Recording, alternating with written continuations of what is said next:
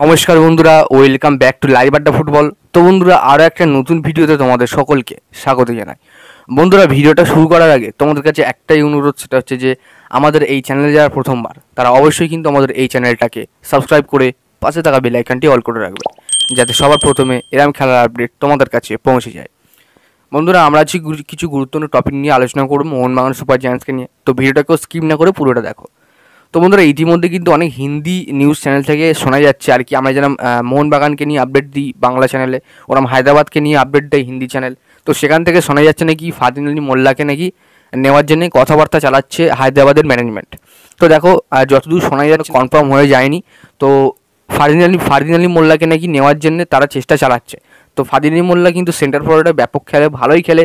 তার কিন্তু career start হয়েছিল এটিকের হয়ে, অর্থাৎ অ্যাটলেটিকো দি কলকাতা আন্ডার-90 খেলে কিন্তু তিনি উঠেছিলেন। তো দেখো, এই প্লেয়ারের মাত্র বয়স কিন্তু 20 বছর বয়স এবং তার বর্তমান মার্কেট ভ্যালু কিন্তু 40 লাখ টাকা। এবং মোহনবাগানের সাথে কিন্তু তার চুক্তি আছে 2025 সাল অবধি। এবার যদি হায়দ্রাবাদ এফসির ম্যানেজমেন্ট তারা যদি বেশি টাকার লোভ দেখিয়ে ফারদিন আলী মোল্লাকে নিতে চায়, তাহলে কিন্তু একটা চান্স আছে।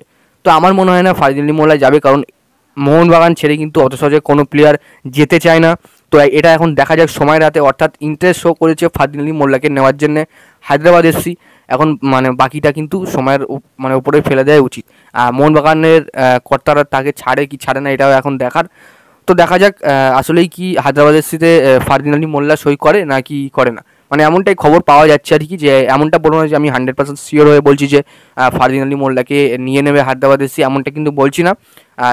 সূত্র মারফতে খবর জানা যাচ্ছে যতটা, সেটাই কিন্তু তোমার সাথে শেয়ার করলাম। জাস্ট রিউমারগুলো তোমাদের সাথে শেয়ার করলাম, ঠিক আছে? তোমাদের জানার অধিকার আছে বলেই তোমাদের শেয়ার করলাম। তো বন্ধুরা, এখন দেখা যাক যে সত্যি হায়দ্রাবাদ এফসিতে যাই নাকি যায় না। তো অবশ্যই কিন্তু তার প্লেয়ার প্রোফাইল, প্লেয়ার রেকর্ড কিন্তু অবশ্যই খুব ভালো।